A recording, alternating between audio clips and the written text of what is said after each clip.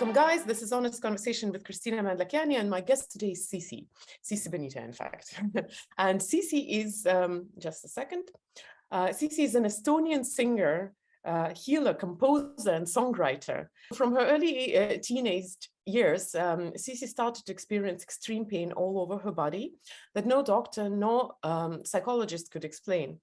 Looking for the right treatment, she visited hospitals, countless doctors and shamans. Nothing helped until she came across an osteopath who taught her that all the answers to both physical and mental ailments are within.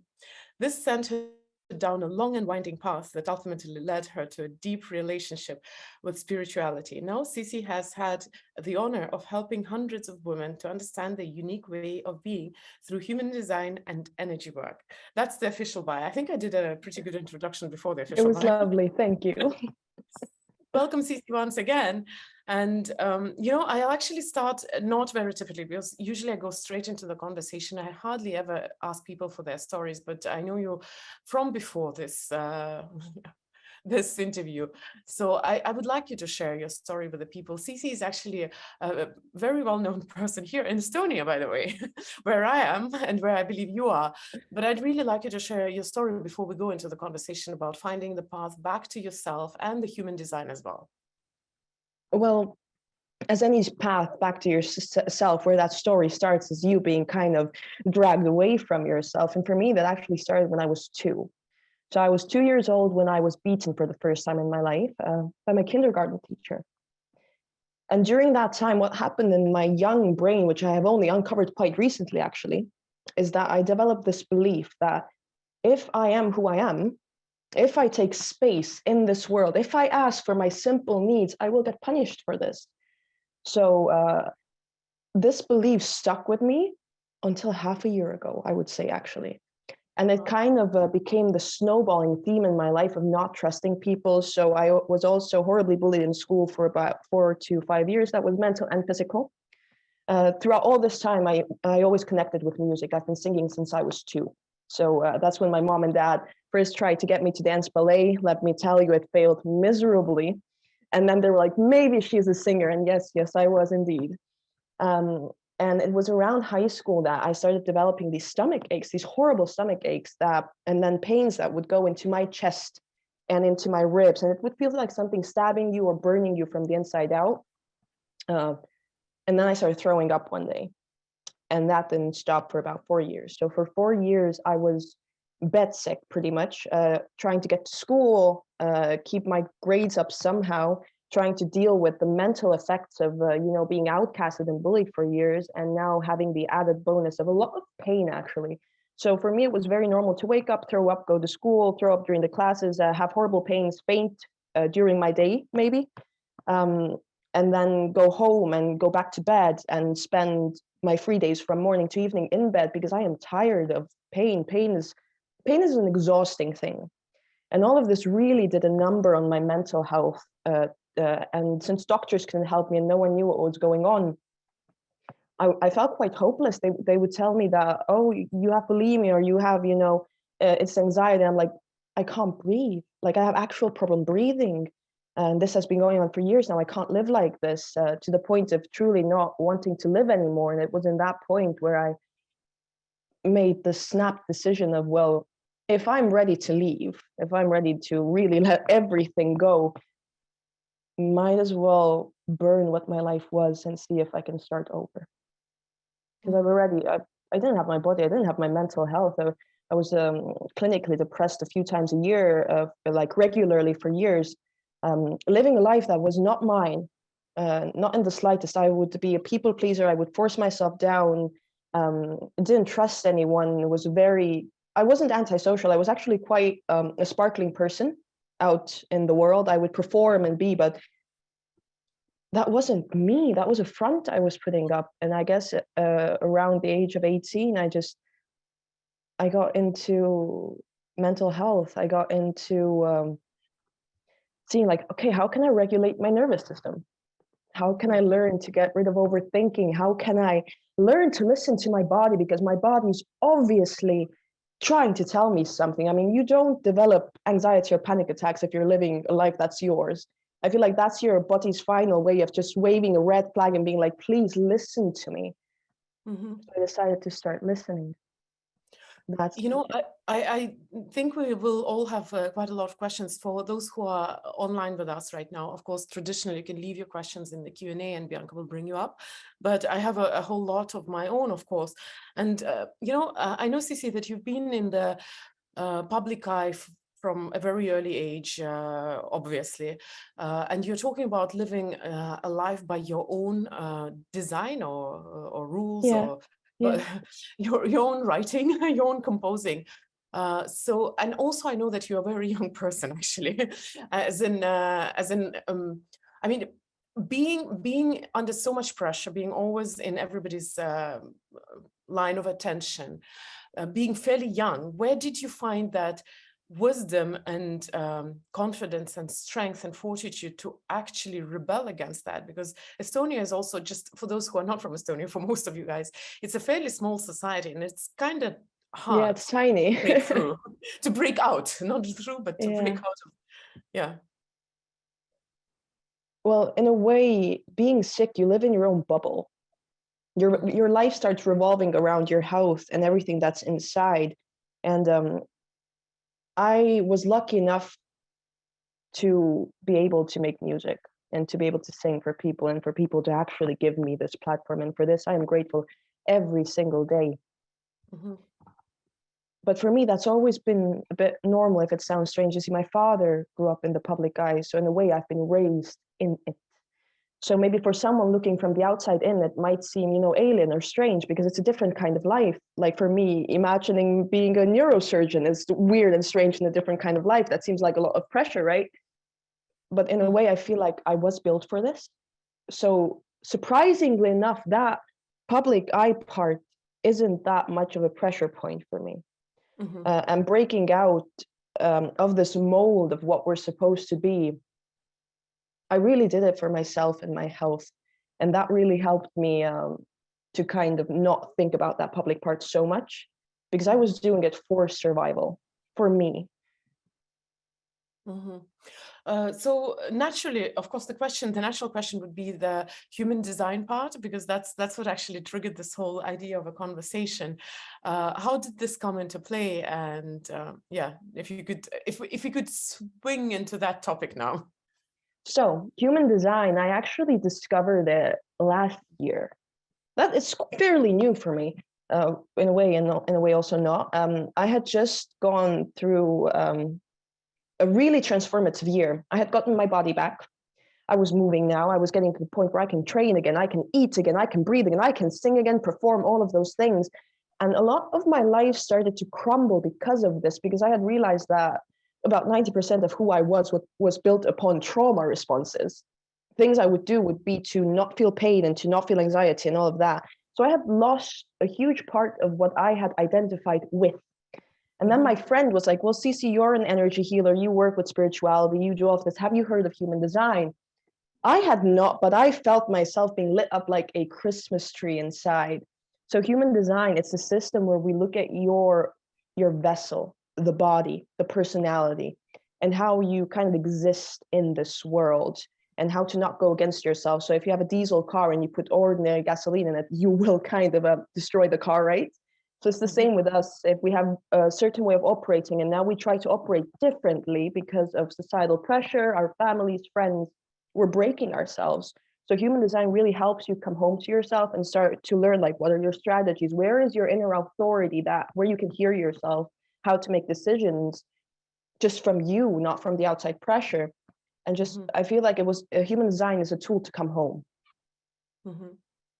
Can you explain a little bit more in detail? What did you discover about yourself? Like, is it the system that classifies you in a certain box and then explains, oh, okay, so in your case, you should be doing this?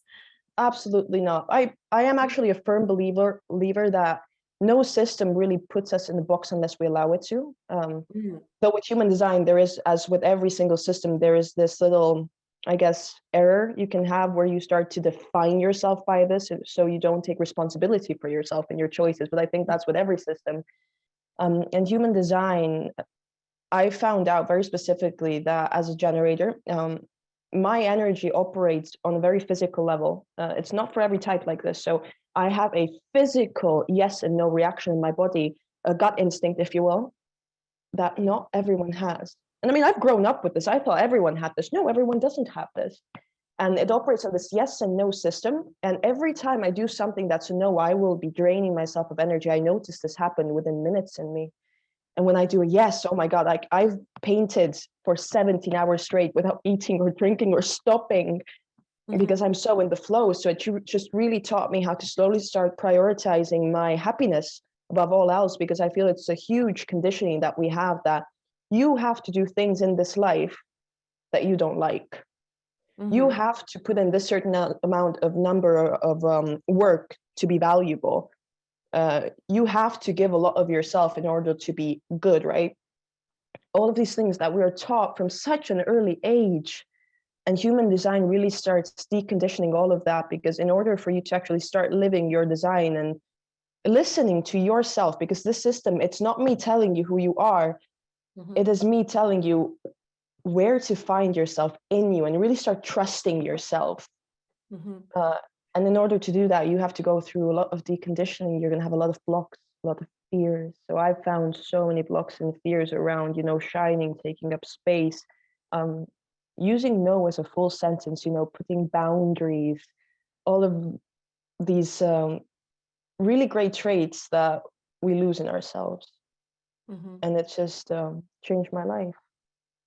So would you say that discovering human design was an important part on your path back to you, or did this journey start early? I know that, I mean, the way we were talking about your history has some gaps, because we started with you singing and composing and songwriting, and then suddenly you mentioned that you were a healer. So there was some gaps, but still, with that in mind, was human design really the thing that actually helped you to get back, or did this journey start early? And what was the moment when you realized that you were lost, that you didn't have you in your life?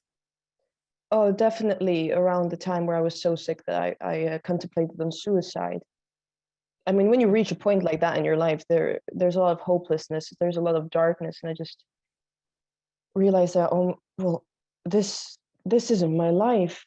If I want to leave this life, this is not my life. And I mean, my father always told me that anything you dream of and anything you're willing to put the work into, you can achieve. For me, that dream became very simple. I want to be healthy. That was it. I didn't really think past that.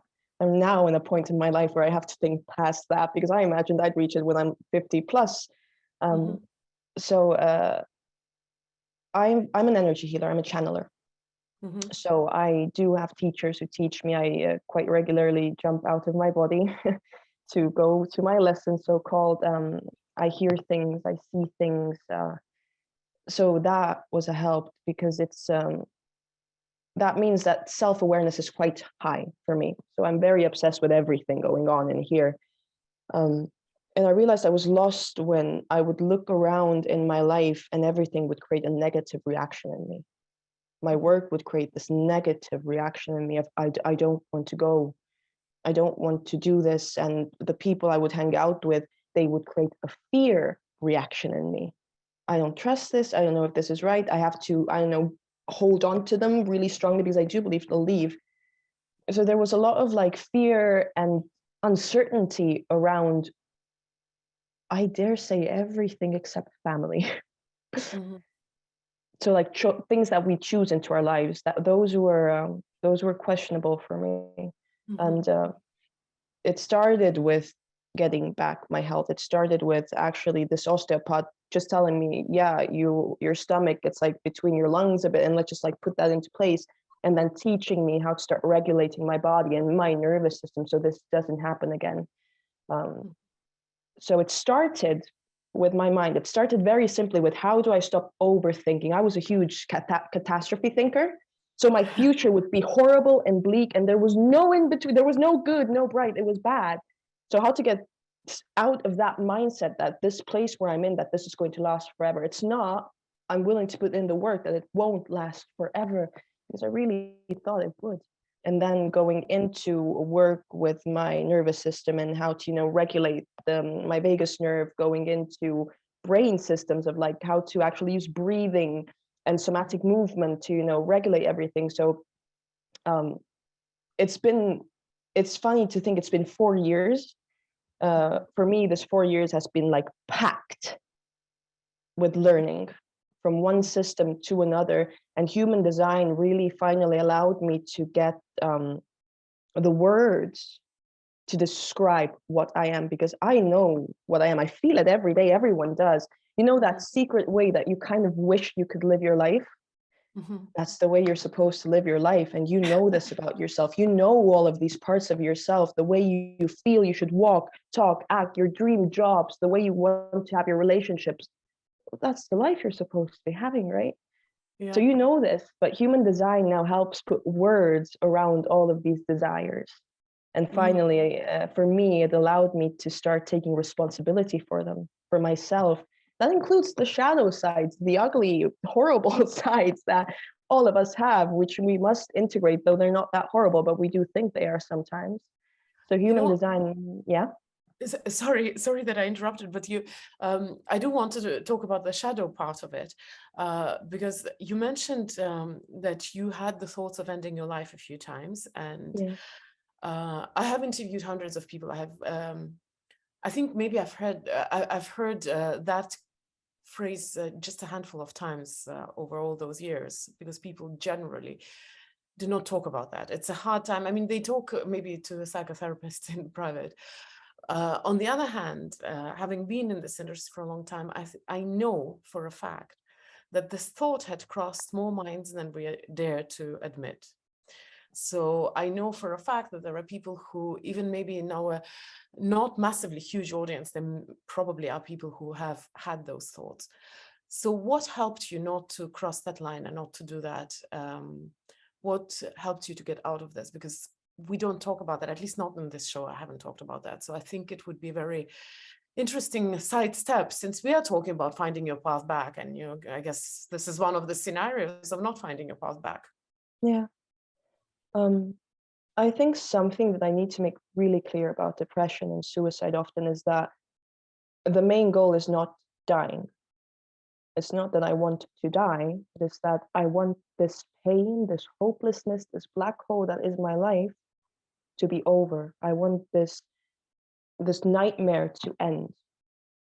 And often we are not given the tools or the knowledge of actually how to get out of this, especially with a society where there is such a huge group of people saying that, mental health problems aren't real, and all of that.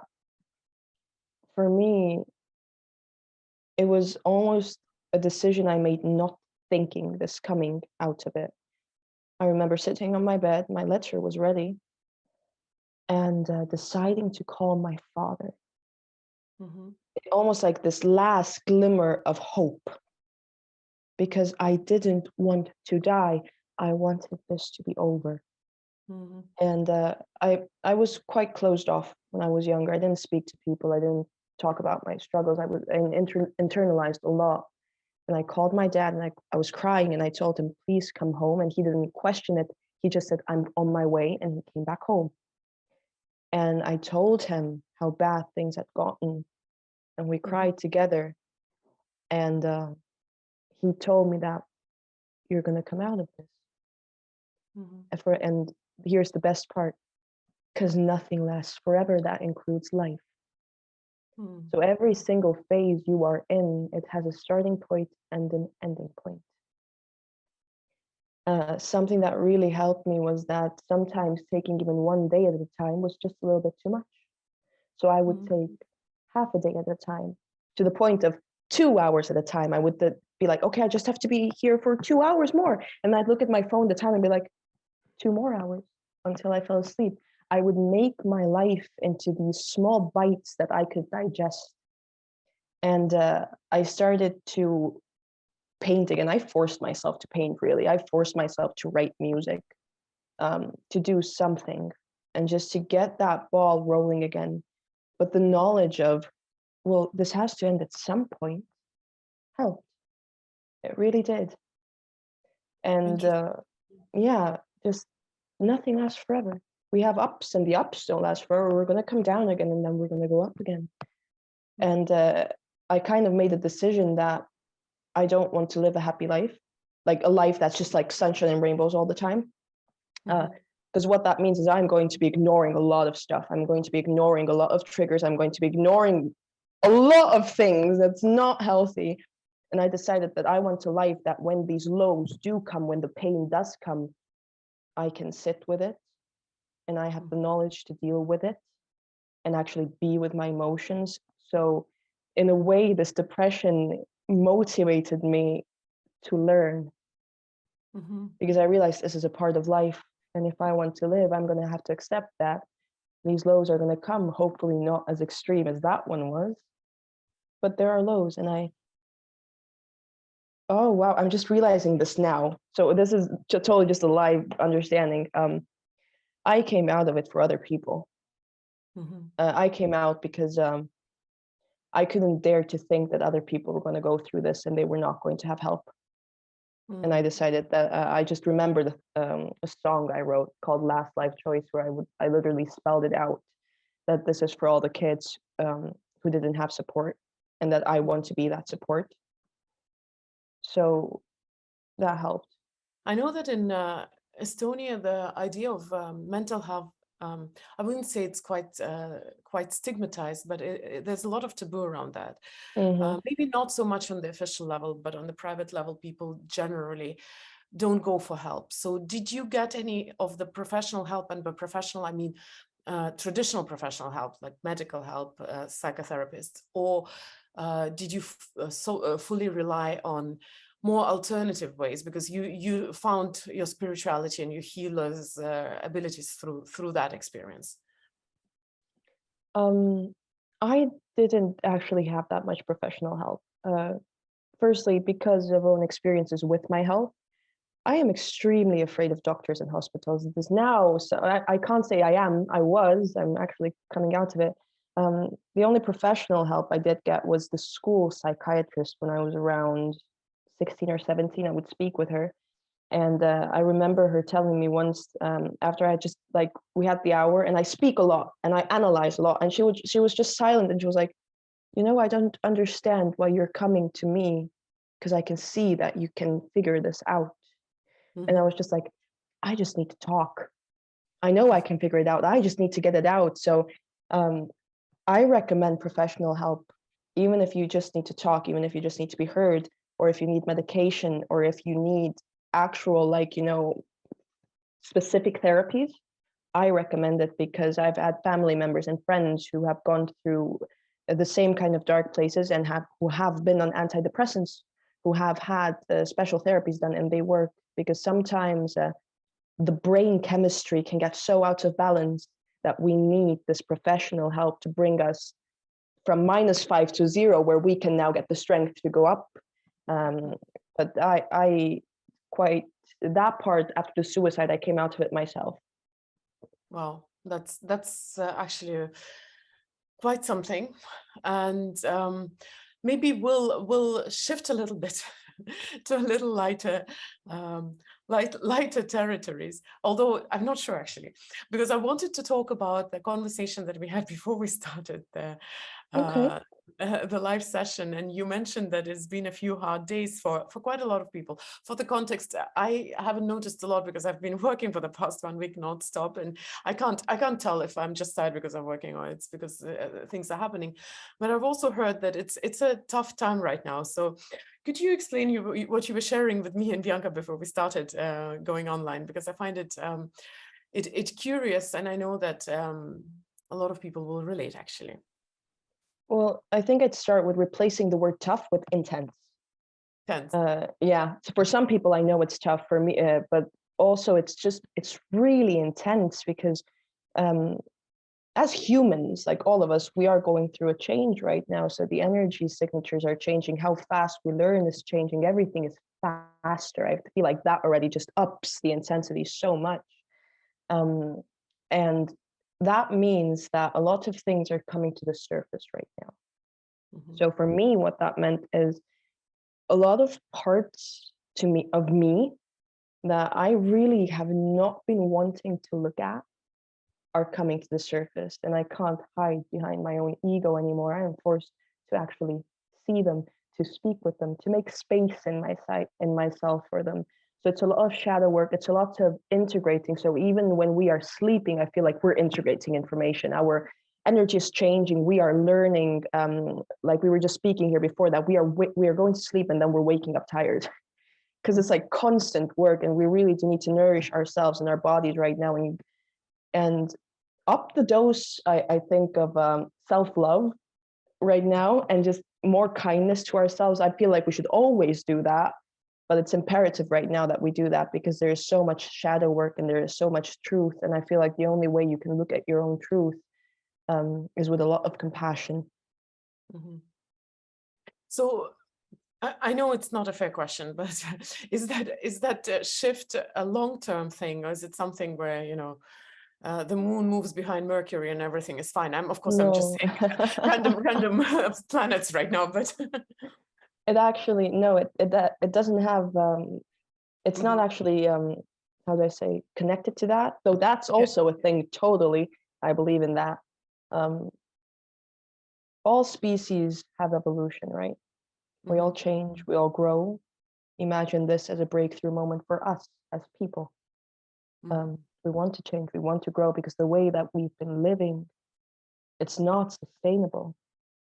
One part, we're looking at the planet, right? It's not sustainable for the planet, and that's the collective picture. But as individuals, the way we have been living, we can't continue on like there's so much self-violence, mentally, physically even, where we do not allow ourselves to be ourselves, where we force ourselves down, where we are unkind to ourselves because we've been taught to be unkind to ourselves. That's not a way to live. And this is changing. So understand that this is a longer shift, like it's a human evolution type of shift that we have to just stick through. Yes. You mentioned self-love quite a few times, and we've been talking about a bit harder topics. I'm really sorry, but I'm just very curious. Why are you sorry? Maybe we should have gone into lighter topics straight away. But I do want to ask, why is it that people have hard times loving themselves? And you said that we don't love ourselves yet. If we look at the extreme opposite of that, we live in the society which is very egocentric and self-obsessed. Like we post every single, I don't know, meal online to, hey, look at me, admire me. So on one side, there is a lot of push to self-admiration and to maybe seeking some kind of approval, but on the other hand, it looks like it's so much harder to love yourself. Have you given thought to that? Can you maybe explain that?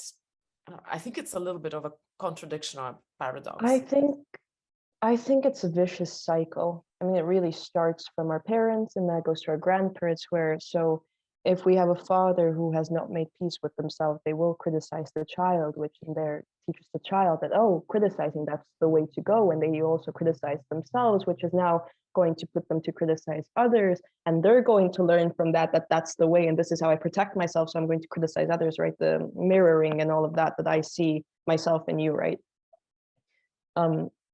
So it is a big problem, the self-love, because to actually love yourself, you're going to have to start breaking out of those patterns. You're going to have to start seeing, why do I think I am unworthy? Why do I believe I am unlovable? Where does this come from?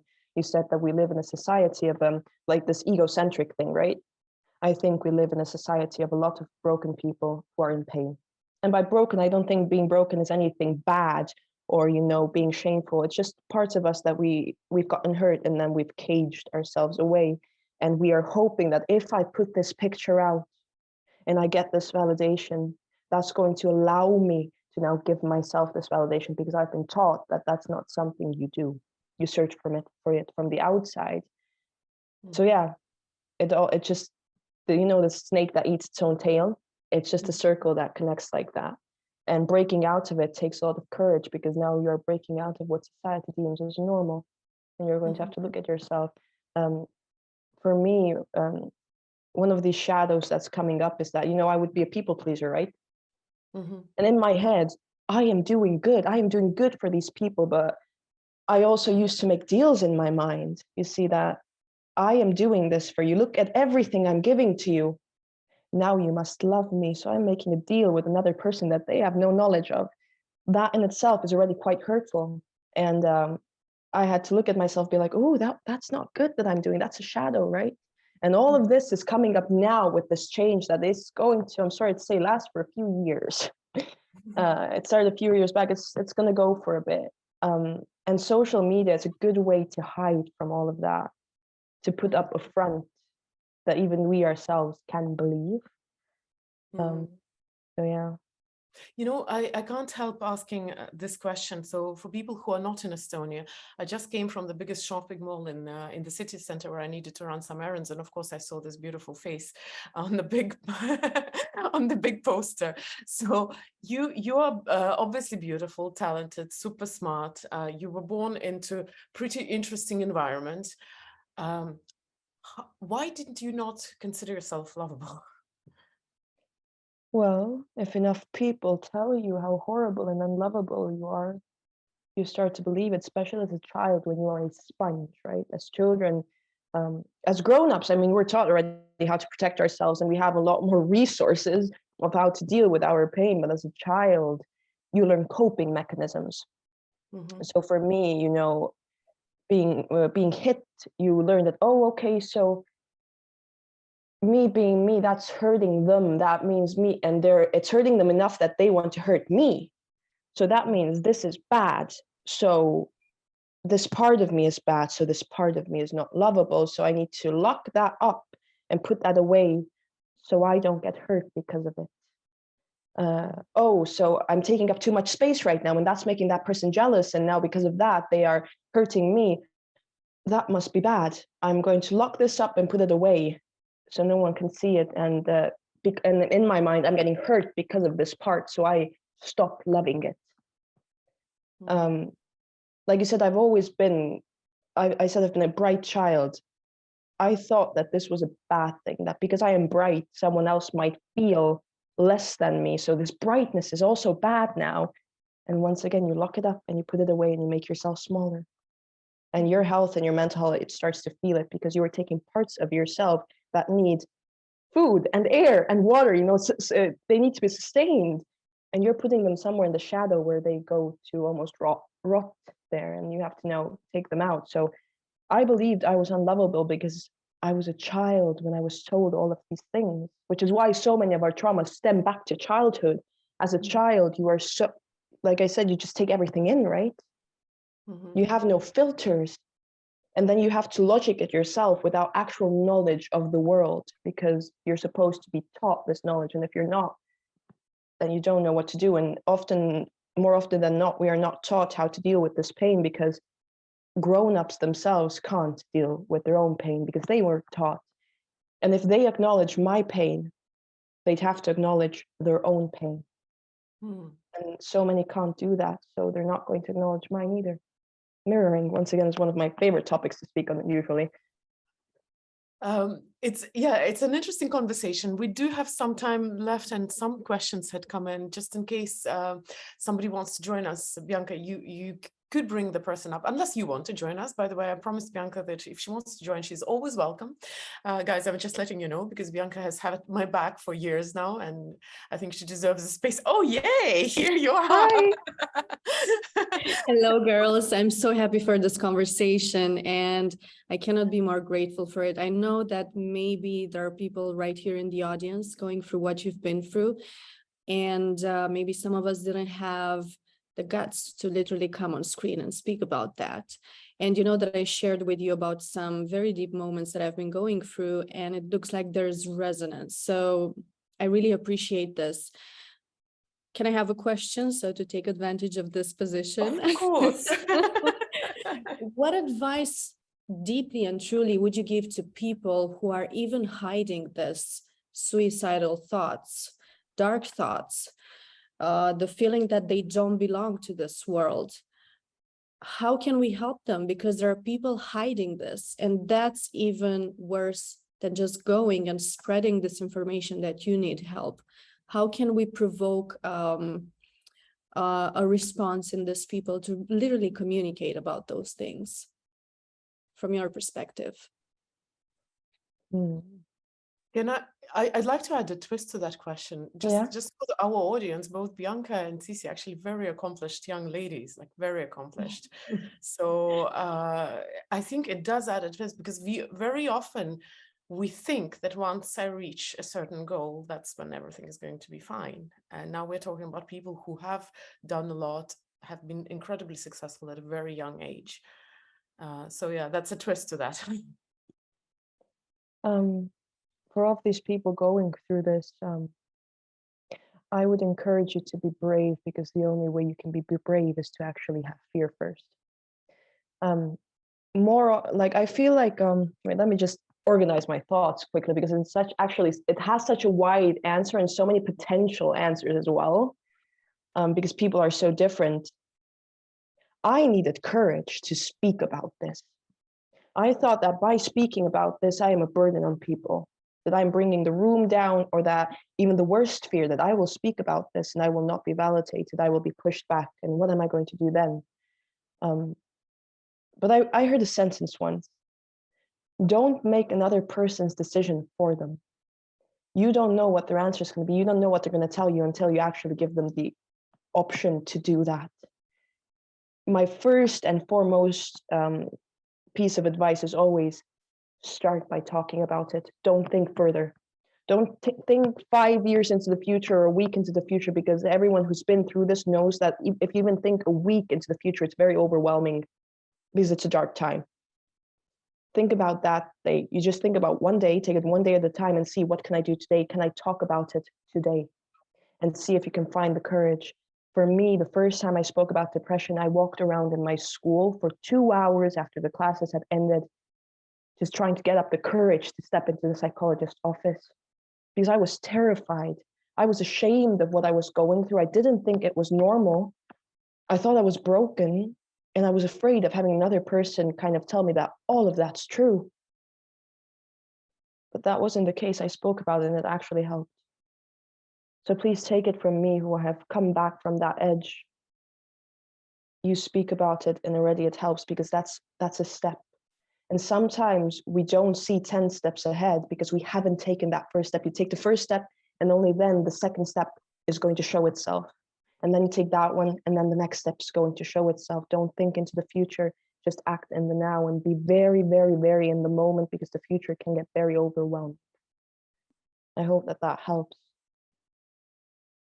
Very beautiful answer. Thank you. Thank you. And Thank you, Bianca, I actually want to ask you as well, what's your advice? Because I know you've been through some dark things as well. Same, just start communicating. If there's something that I can share from my experience and from dark thoughts and experiences that I've been going through, is that I usually had to go backwards and literally start by healing the past first. Mm-hmm. And it usually goes to childhood, as I see also around me. There's actually a friend from Mexico that I was discussing yesterday. He's going through the same thing. So my advice would be, just search through every area of your life, and in any ways going through all this timeline, like past, present, and then try to project to the future. If I'm going through life like this for a while, do I want to be like this in the future? Mm-hmm.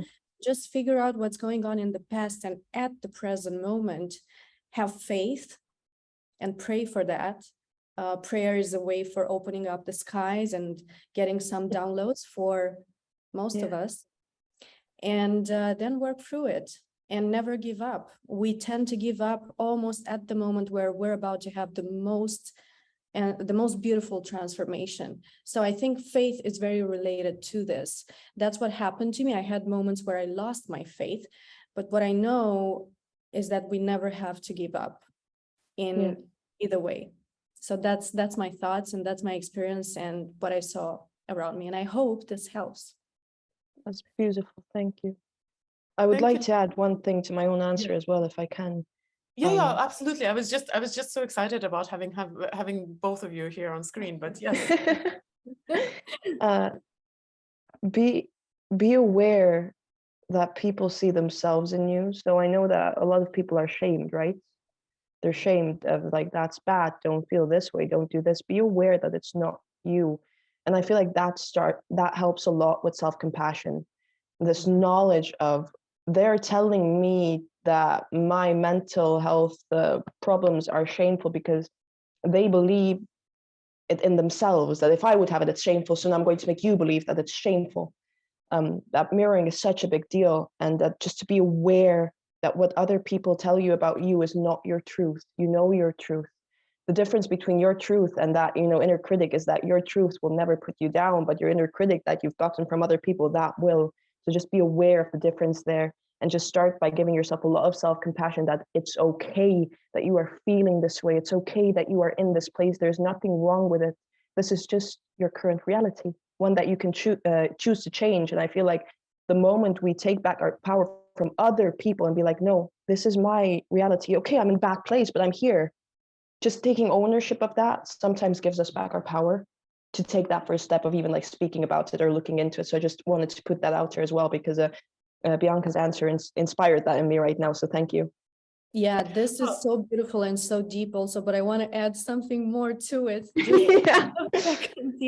Go ahead, girls. It's honest conversations. Being very sincere. Very So go honest ahead. conversations. Yeah, I see people are loving it. Lisa, we see you. What I would add here is that a lot of people nowadays, because we also have the tools to do that, we run away from sitting with ourselves in the darkness, Yes. breaking ourselves into pieces and rebuilding ourselves with gold, just like in the art of Fuji, let's say. That takes a lot of courage. And I have like goosebumps right now, because in the darkest moments, when I had the time and the guts literally to go there and sit with myself alone, not go to parties, not try to forget for a couple of hours, try to forget with, who's the case for this, alcohol, whatever other things. These are just escapes for a while. They don't last. Yeah. And if you have this thing like depression or anxiety, a big thought and a big action and a step plan to take to is sit with yourself, break yourself into pieces, see what generated that, and the power that you get from that healing, nobody can take it away from you, because you feel by yourself. And with about sitting with yourself, just some good ways to sit with yourself, because that's not always obvious. How do we do this? I have a few of my favorite ways, and it would start by tricking myself. So I would lay down in bed, just hold myself, and I would imagine that, okay, if I had this person that I love here sitting with me and they would have their hand on me right now supporting me, what feeling does this create in me? And then I'd find that feeling inside of myself, and now I'd pour myself over with it. So I myself would give myself this feeling that I would get from this other person's support. And that helps a lot with going through these difficult moments where we feel like we are drowning in it. Even physical touches. So just taking one hand and putting it on your chest and the other one putting it on your stomach, just to have that circle of connection in you and that regulation. It helps so much. Simply activating your vagus nerve, which runs from here to here, right? And it runs way down our body. Just putting your hand here and just breathing sometimes, or even just going like, making a sound, the vibrations, because this activates the vagus nerve. These practices are going to help you in those moments where you feel that this pain, it's overwhelming you. So instead of going to logic it right away or trying to understand what it is, don't judge it. Sit with it. It just wants to be heard. It's information. It's trying to tell you something. Sit with it, feel it. And yeah, like Bianca said, a lot of deep healing is going to come out of that. That was such a beautiful conversation. I'm actually contemplating changing this, the format of these honest conversations, but I do want, if you, Sissi, don't mind, Bianca can stay with us. For me, like if it comes. I'm so okay with this. Yes. It's so amazing. we're dressed in blue today without even speaking that before. So I'll ask the question officially from Sissi, of course, but Bianca, if you feel like saying it, something, you're welcome to join. So the question is, you just girls talked about being in the dark moment, sitting with yourself, and part of that is hearing what your body's telling you, what the truth is. But Sissi, you mentioned coping strategies or coping mechanisms as well earlier, and one of them is actually denying yourself the truth, whether it's denial or distortion. So how do you learn to be truly honest with yourself?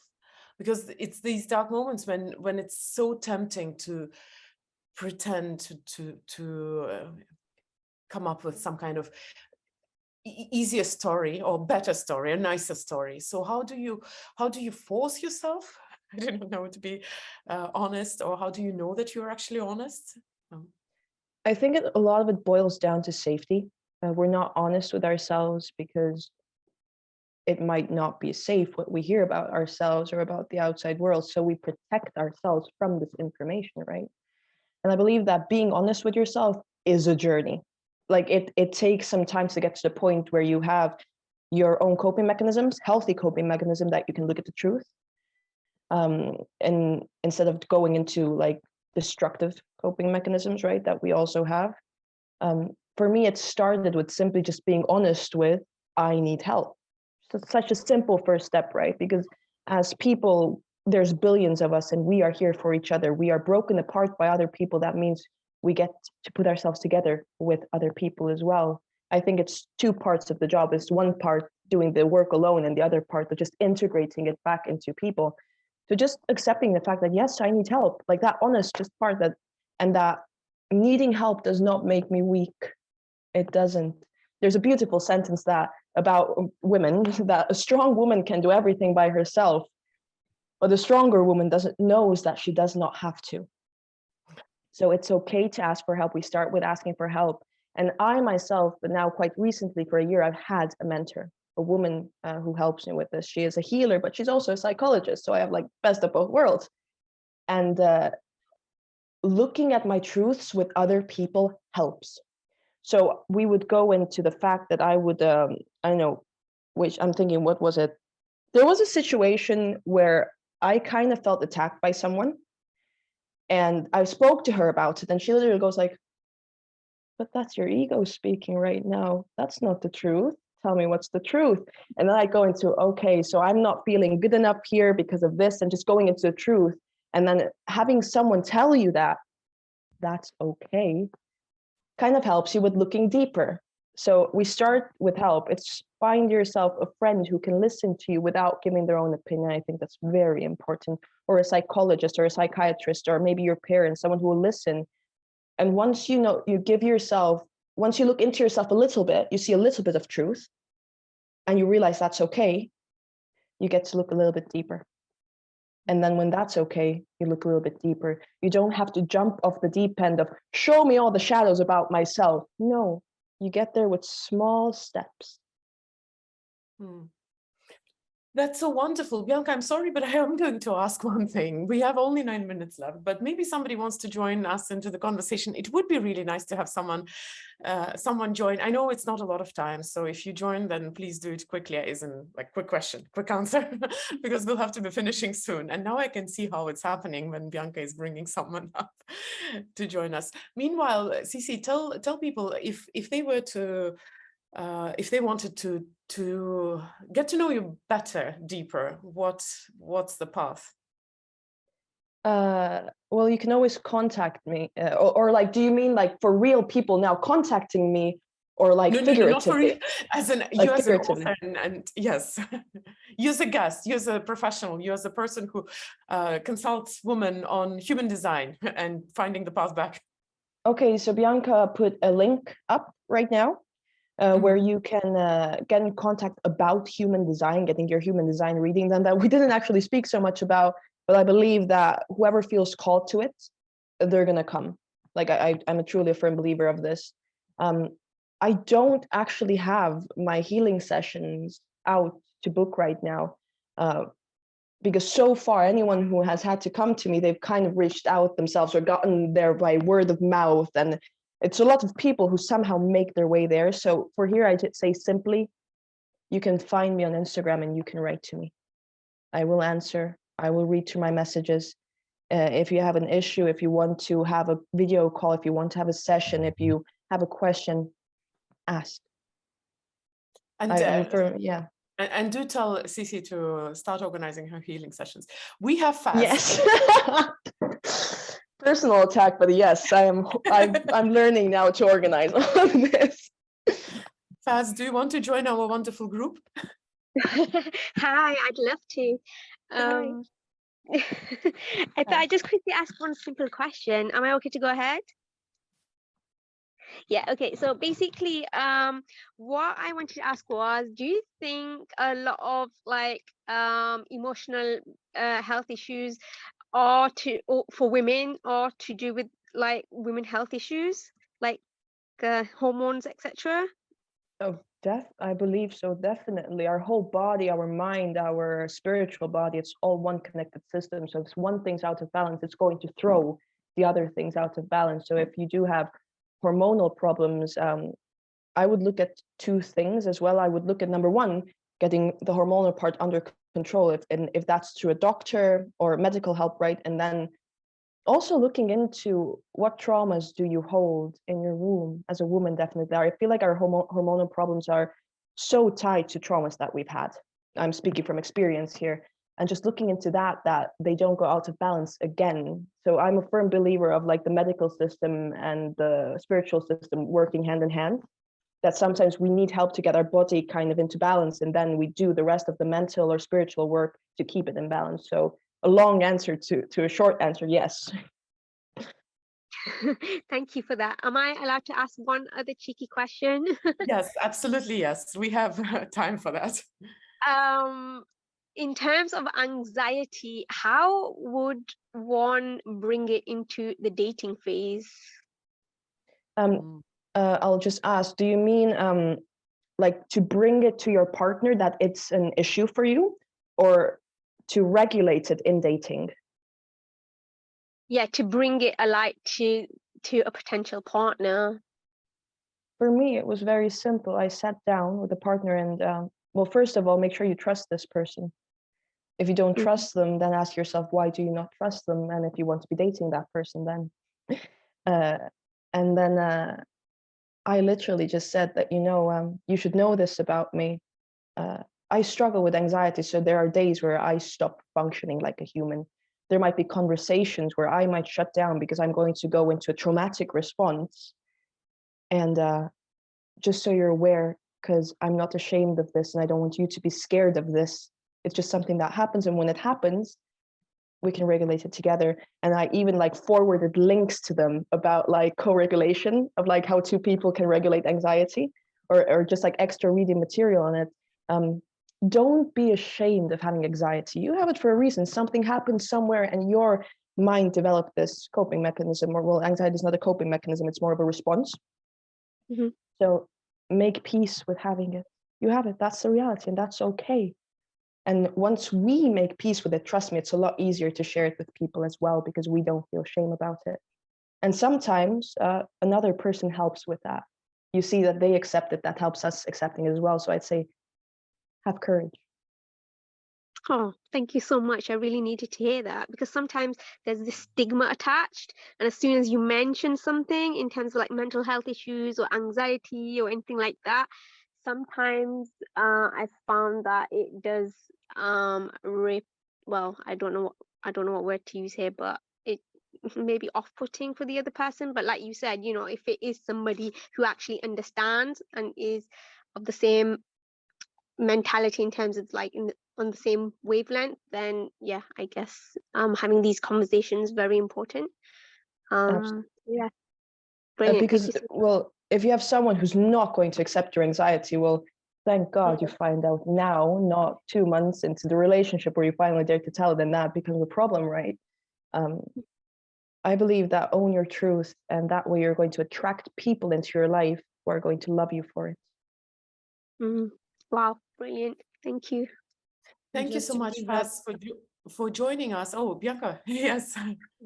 Yeah, to ease up your experience, Faz, and with this, I'll finish very fast. Just think about anxiety and depression just as being a pointer towards the parts and area of your life that you need to heal. No way of hiding it. Who doesn't really accept that?